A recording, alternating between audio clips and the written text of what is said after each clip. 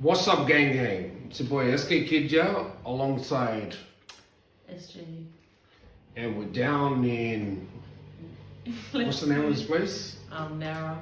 New South Wales. So yeah, your boy came down yesterday from Northern Territory, from Darwin, traveled all the way down for the weekend, shoot a few videos around while I'm in town. Yeah, and I just wanted to catch up with 𝐶𝐶 and have a bit of a yarn. I'm just gonna go over a few things about, talking about like moving away from community, moving away from the islands and finding life outside of that, and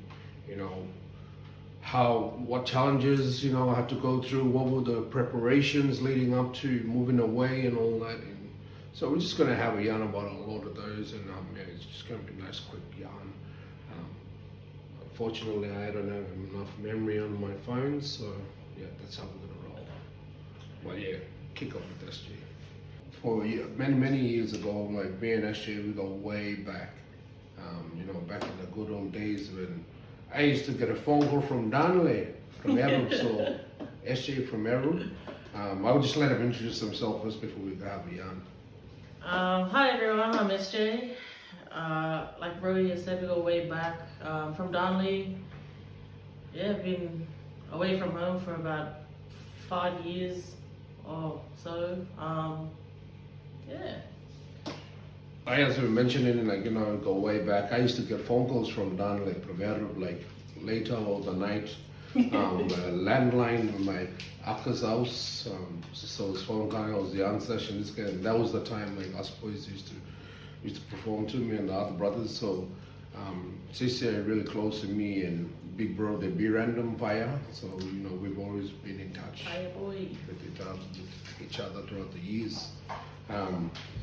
Well, I think a few years ago, she's made a big step, and I still remember vividly being there, to witness that and hearing about, what I'm preparing for in future, and 5 years later to see where she's come, like what she's achieved, and I get to personally witness that myself. Also, it's really empowering to see young Indigenous women, come out of community and making something for themselves. It was tough, but I can't speak for her. She'll tell you herself. So, tell me a little bit about yourself, like what you're doing, what were the steps you needed to take to get to where you are, a bit about family, work life, and sacrifices you have to make to achieve what you want. This idea came to when I was about, I just turned 21, I think. Yeah, straight after school, I ended up going up home, working up home there for a bit, and then I just got sick of it, sick of living up home, same thing, like I wanted something more for myself. And then I decided, well, why not join the Defence Force. So I got in there. The whole process of it was long, but it was it turned out well in the end. I guess one thing is you gotta have a lot of self-discipline, and you gotta prepare yourself mentally, emotionally, physically to be away from home, from your family, especially if you have kids. That's the hard part, because you gotta be away from them for about 6 or 7 months.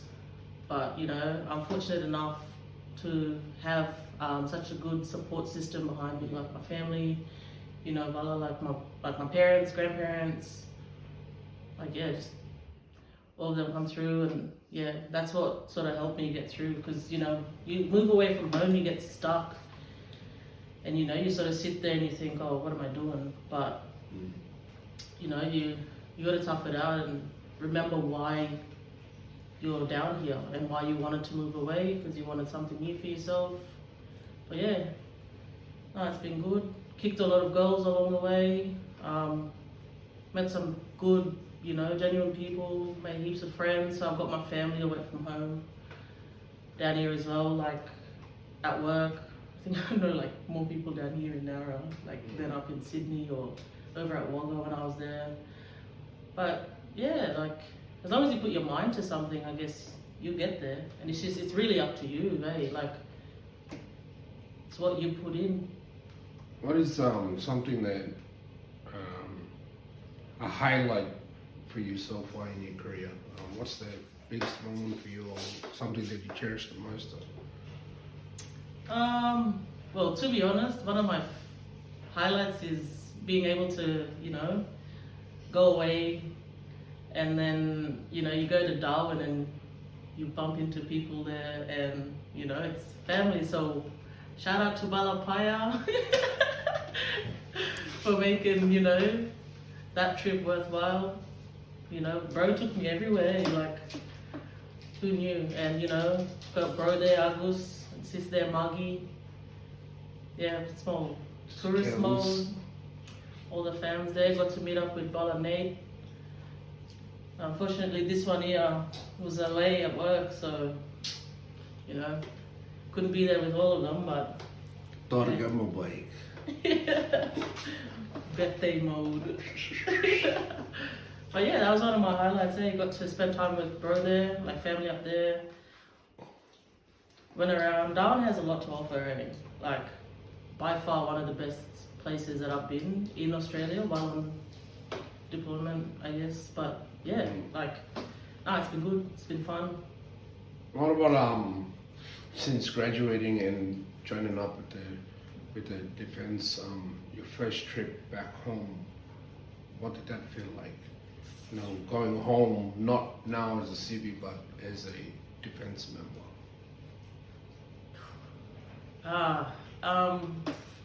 There's a lot of things. You feel a lot of things when you go away from home. So I didn't end up going home on the first year, but I went the year after. Because around then I had, just got into my initial involvement training phase, and but when I went home it was bittersweet. You got to see everyone, catch up with all my nieces, nephews.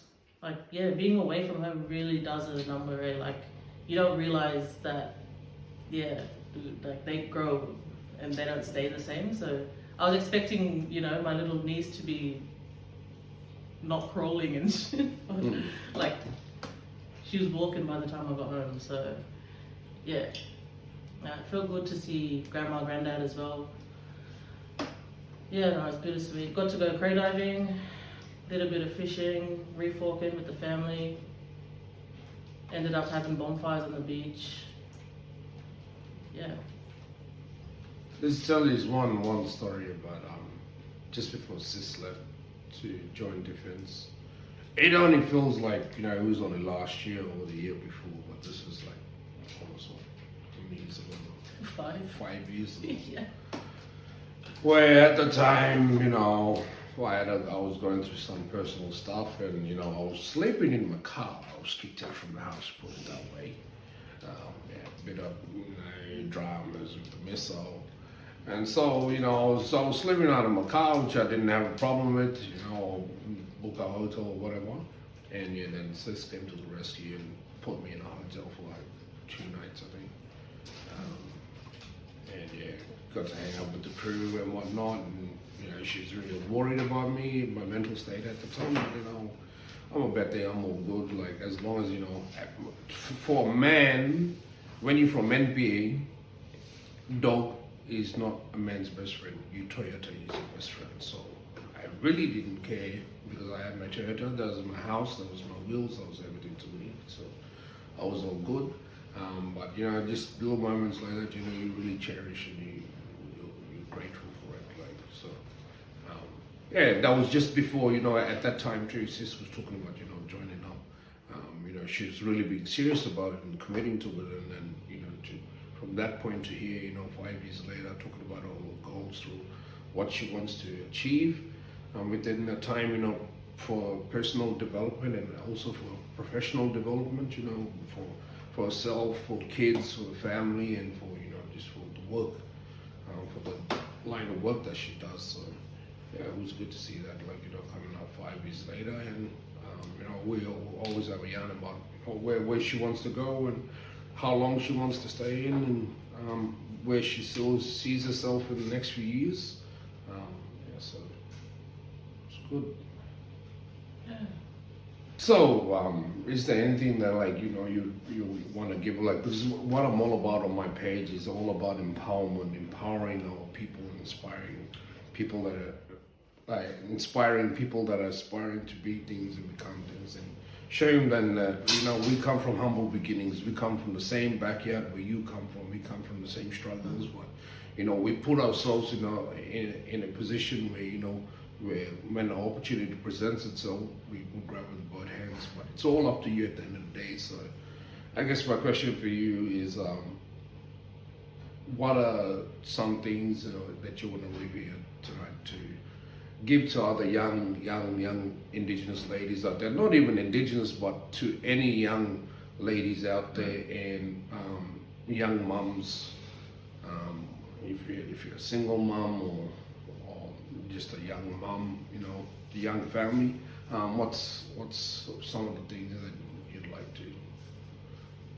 Oh, I guess if I can do what anyone can, and I think one of the main things that I've learned over the years is communication is key.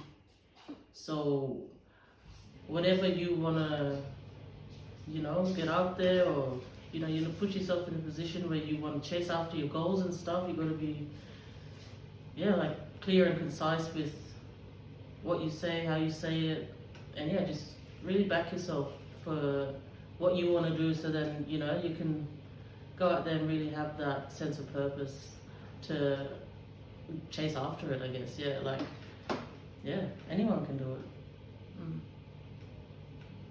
And don't just think like home's always, you know, the last point for you. I love no drip. Like, you know, it's up to you. You want it, you chase after it. Home's gonna always be there, family's gonna always be there. It's just how you manage it. You make your time, you go back, recharge, cement yourself, come back, good to go. I'm gonna come on now. Nah.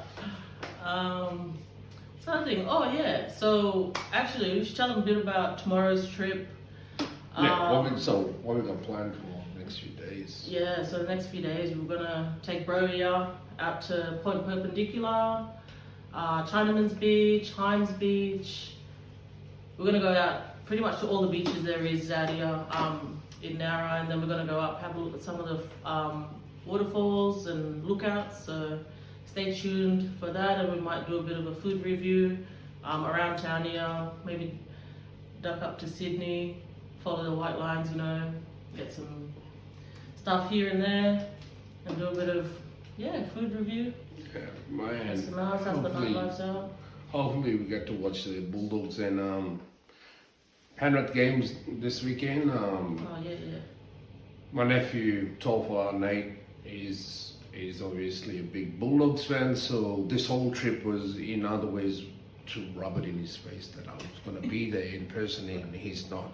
He's going to see me through the cameras while he's taking his bets, making his bets for the game. So yeah, it should be fun. It's good to be back down in the Sydney area, but obviously we're not in Sydney. Nowra is just like, you know, an hour and a half south of Sydney, Jervis Bay area. So yeah, it's beautiful country down this way, like, you know, heaps of white beaches, like sand beach Sand beaches and a lot of like beautiful country, like just nice hidden valleys and a lot of just beautiful sceneries, man. Like, it's really refreshing, and it's different, you know, to the rainforest that we have back in far north Queensland, you know. So it's a different scenery. It's beautiful to see the country down here. I gotta do my research whose country this is, you know, the traditional owners of this area, but it's beautiful country for you mob from down this way. I love it. And it just makes you think, like, you know, you don't really need to travel anywhere across the world. Before you even think about traveling across the world, do Australia first, man. Go around Australia, travel around it and in through it, man. Like, we got beautiful places all over, man. People from the world, all over the world, travel to Australia just to tour around here and visit this place. And, you know, we're fortunate enough, you know, we're blessed with a country like this for all of us to share. And yeah, man, like, just do more spontaneous trips like what I do, bro. Like bete mode, like just book a ticket, jump on it, and cruise. Like stop being scared, man. As long as you have controls in place and you save a bit of money, use your money wisely. People ask for money, tell them sorry, I can't. Like I can't afford it. Like don't be sending out money to everyone and anyone. Just put money aside so you can do things like this. Like trips down this way, it's cheap, man. It's cheap.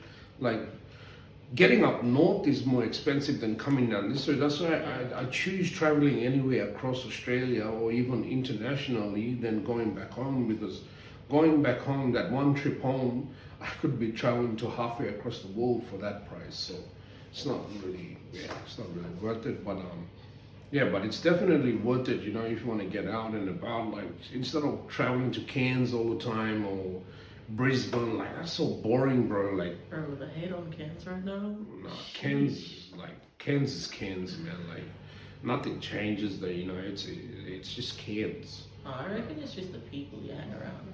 Yeah, it's good, but like. Well, Cairns is a good place, but just the history there, like with stereotypes and that, like you can be a good cunt and like people, you get judged upon other people's actions where you don't know nothing about, so that's the thing I hate about Cairns. And being in Darwin, they don't see you that way. Nobody sees you like as a specific ethnicity. You're just another human being, and that's the one thing I love about Northern Territory.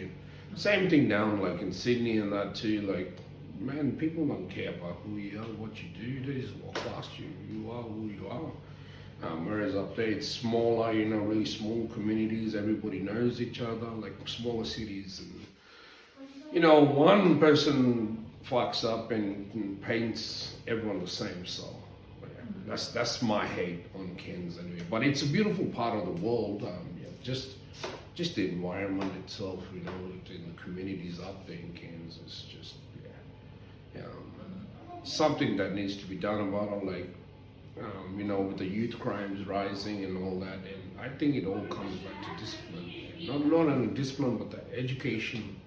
There's all these services around all the areas and that, but it's the education for the whole family, the parents, right up to the kids, and they're having that support system to themselves.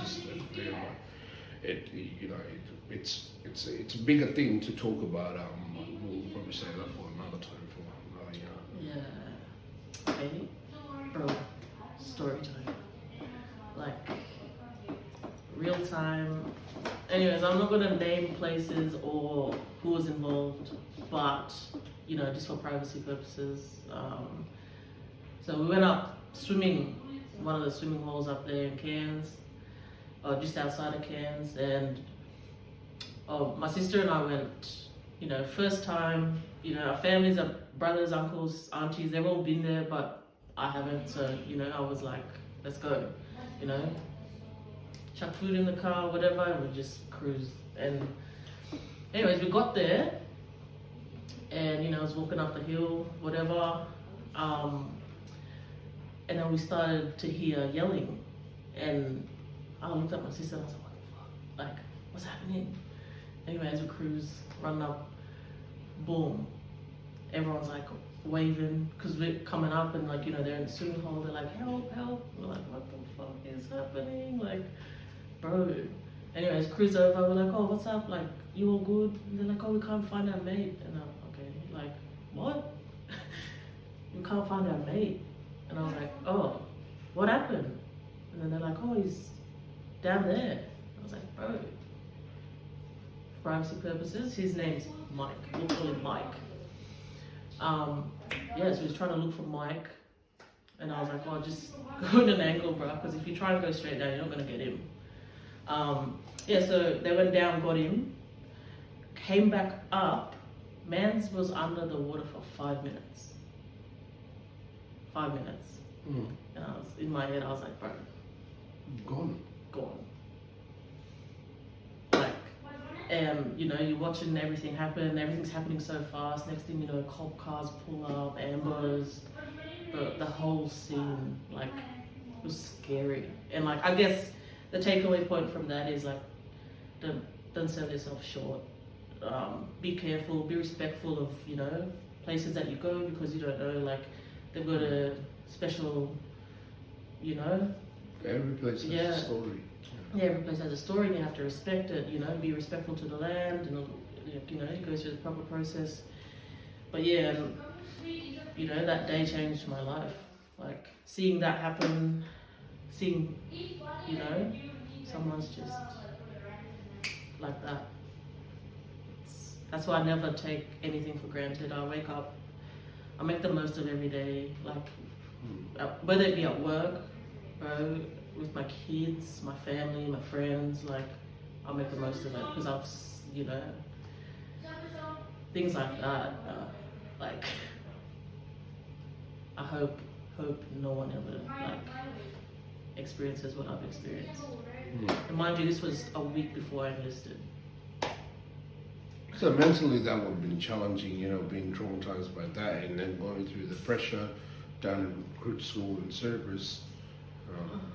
I guess not really, like, you would have been more pressured about, you know, going through recruit school than that, but like, no, sorry, that's wrong. In hindsight, I think I befriend Devil there more than anything. I befriend Devil more than anything, like, I was like, bro, nah, Mike's gonna fucking get me. Like, nah, I was joking. But, Getting you know, haunted. Nah, like, black man, like, anybody really, like, any of my Markai friends, bro, I never looked up a fright before. Black man superstitions, eh? Oh, but when you hold a snake or frog or spider from them, but I was so speed. So it's a fire grasshopper. Oh, algo se llama. I just wanted to bring it up. Algo se llama a praying mantis. Oh. It wasn't even a prey, but the praying mantis, bro, it was like this big. Biggest one I've ever seen. Like this big. Are you sure that's not a dinosaur? Probably an ancestor, descendant, probably a descendant of an ancestor of the dinosaur family from that time, land before time. Oh. Who you backing this weekend, Panthers or Bulldogs? None. Up the Storms, bruh. Broncos. Suck shit. Yeah, look. I'll give it to them though. They did good last week, but... I wouldn't know. I don't watch them, mate. Oh, bro, I can't talk. My team's already out. We're not going to touch that subject, so let it be. Storms for life, bro. Since Marcus Bay in the 90s, blah. It's good, so good to see Marcus Bay's son starting to, like, you know, just step up in the league too. So he's the whole reason why. So as a kid in the 90s, when Storms came through, one of the first PNG dudes to make it into mainstream rugby league, like the National Rugby League in Australia. And yeah, I was always a big fan of him. You know, I had my uncles, like Uncle Paddy Savage and Uncle Wendell and them, Sailor, you know, they were obviously with Broncos during that time. I didn't go for the team, I just supported them, but yeah, but I was a die-hard Marcus Bay fan, and obviously I'm a Storm supporter since then till now. But then coming up, you know, the early 2000s, I was a big Willie Mason fan, you know, back in when he was young, still had the fro, fresh young, like, you know, when he's with Canterbury Bulldogs. And that's when I went for Bulldogs, not for the team, but for him. So if anything for this weekend, if I was to think who's going to win, it's going to be a tough game, but Cleary might have, like, so, and history repeats itself, so yeah, there's a better chance of Panthers winning, but then Bulldogs are like the underdogs. Yeah. So it's going to be a good game, but on this one I'm just going to hold my peace because I think both. You don't teams. want to get Nate mad because you're doubting his team, bro. Nah, I'm not good, bro. My Storms are just sitting up waiting for them to catch up and so we can play the grand final. Yeah. But for Raiders, Sharkies, I go for Raiders. Yeah, I'm back. Oh, well, yeah. Because you got a lot of boys on the Raiders. Where they playing? Up in Canberra? Geo Stadium. Oh, well, I back Raiders because Sharks they don't do well with unless they're in the Shire. So Yeah, but that's another subject. Sorry to all the Sharkies fans. Sorry, like, even Yeah. though Seychelles got sharks and Danley got bison, but Right. sharks We really not gotta biting. So, gang, I just want to thank you for having me here tonight. You know, on your, I guess, first official guest on your official Gang podcast. Stay tuned. There's Big Bro's got a lot more episodes coming up. A lot of collaborations. Yeah, a lot of collaborations. There's also a special guest in the near future, but I won't mention names. But yeah, like, subscribe, bro, share. One love, guys. Peace!